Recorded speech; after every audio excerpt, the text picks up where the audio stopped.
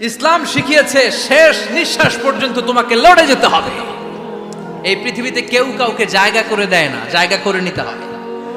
এই পৃথিবীটা, the life is not a bed of roses, এটা ফুল বিছানো কোনো ফুল সজ্জা নয়, এটা কণ্টকাকীর্ণ। কেউ আপনার স্পেস করে দিবে না, কেউ আপনাকে সুযোগ করে দিবে না, কেউ আপনার জায়গা করে দিবে না, বরং আপনি জায়গা করে নিলে টাইনা নিচে নামাবে। কথা বলেন। এজন্য কখনো অলসতাকে স্থান দেয়া যাবে। রসুল বাত্তালি দুক্কানু শয়তান, অলস মস্তিষ্ক শয়তানের আড্ডা। অলস যদি কেউ থাকে এটাতে টেনে বেঁধে কাজে নামাবে, পারা যাবে? আল্লাহ তাআলা ততক্ষণ পর্যন্ত কোন জাতির ভাগ্যের চাকার পরিবর্তন করে না যতক্ষণ পর্যন্ত ওই জাতি নিজে নিজের ভাগ্যের চাকার পরিবর্তন করতে না চায়। চিল্লা এখন ঠিক কিনা? আমরা আজকে অলসতাকে নো বলে যাবো এই মাহফিল থেকে। অলসতাকে আমরা কি বলবো? আওয়াজ করে বলতে হবে। অলসতাকে কি বলবো আমরা? মুমিনের জীবনে কোনো অলসতা নেই। যখন আমরা এই সিদ্ধান্তে আসতে পারবো যে আমরা অলস সময় কাটাবো না, আমরা আমাদের এই সময়গুলোকে প্রোডাক্টিভ ওয়েতে কাজে লাগাবো, কোনো না কোনো কাজের সাথে জড়িত হব।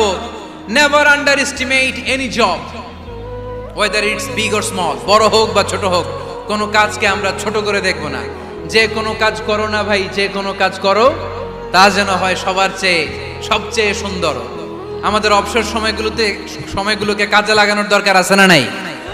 আমরা নিজেদেরকে কর্মঠ করে, কর্মজীবী হিসেবে, শ্রমজীবী হিসেবে নিজেদেরকে প্রতিষ্ঠিত করতে চাই। রাজি আছে মুসলমান?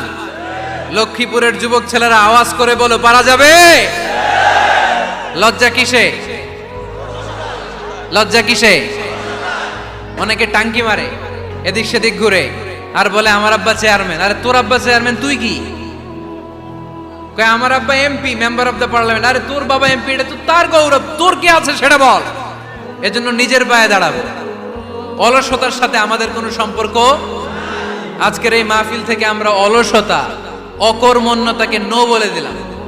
অলসতাকে আমরা কি বললাম? আরো জোরে বলতে হবে। অলসতাকে কি বলবো?